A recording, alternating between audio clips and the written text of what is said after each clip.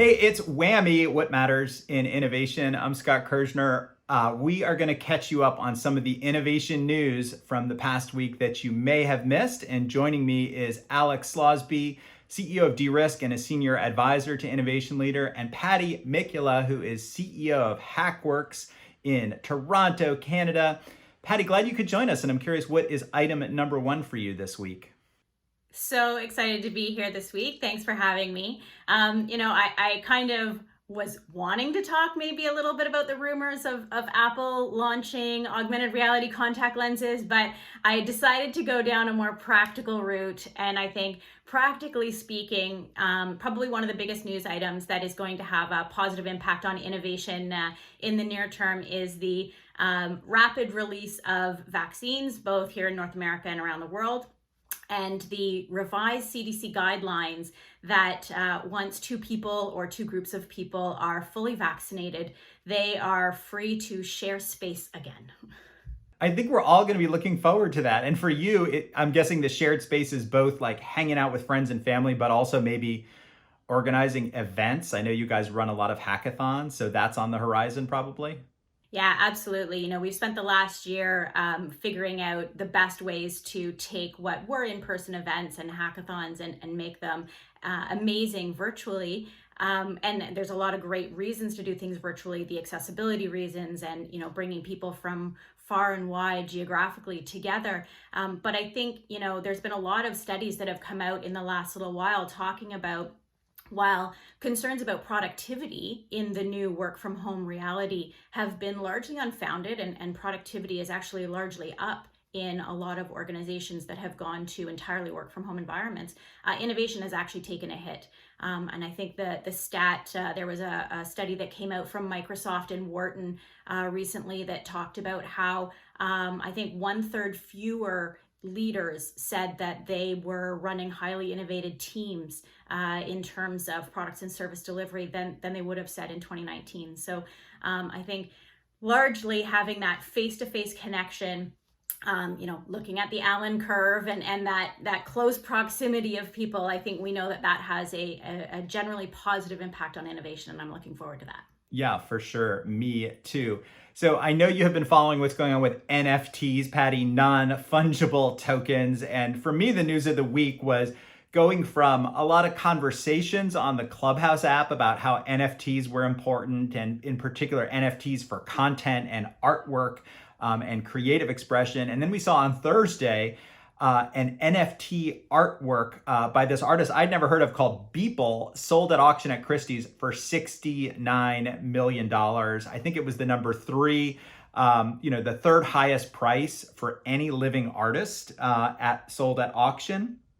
And for me, this is kind of incredible. And I'm trying to still wrap my mind around NFTs. Is this like the early days of Bitcoin, where people are investing in things that we're going to say, oh, these are worth 10x or 100x in a few years? Or is this like the blockchain version of Beanie Babies, where people are buying these collectibles and nobody is ever going to pay a higher price? You're kind of going to be saying in 2 or 3 years, like, what was I thinking that day at Christie's? I'm a little bit on the skeptical side. I don't know about you, Alex, but maybe you're willing to pay $70 million for the Beeple NFT artwork.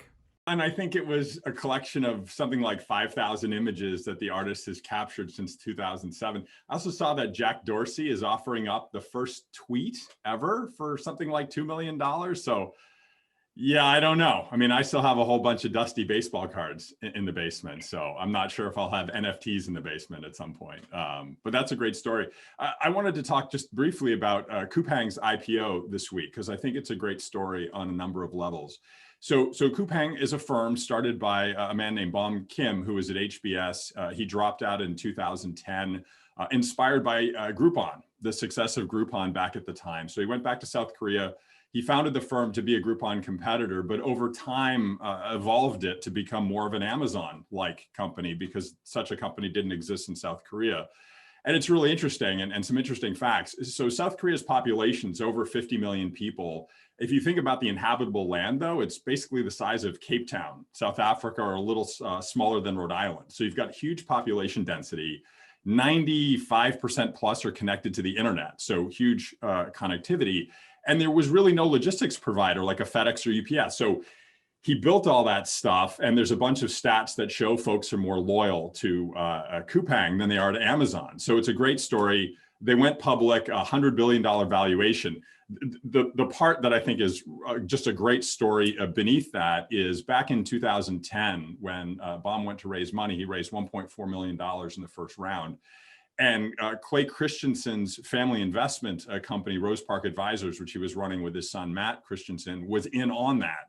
And so as it turns out, Rose Park Advisors has 5.1% of a company now valued over $100 billion. And I wish Clay were around to appreciate how successful they were. Awesome. Thank you, Alex. Thank you, Patti.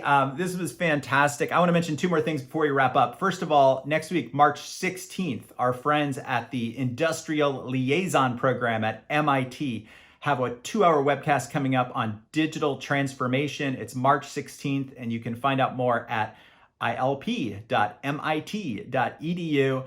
The second thing is we've just started on the aforementioned Clubhouse app a club called Corporate Innovation, and we're trying to inspire other people to start lots of conversations related to how you do corporate innovation well. So if you're on Clubhouse, you can look for the Corporate Innovation Club and give it a follow.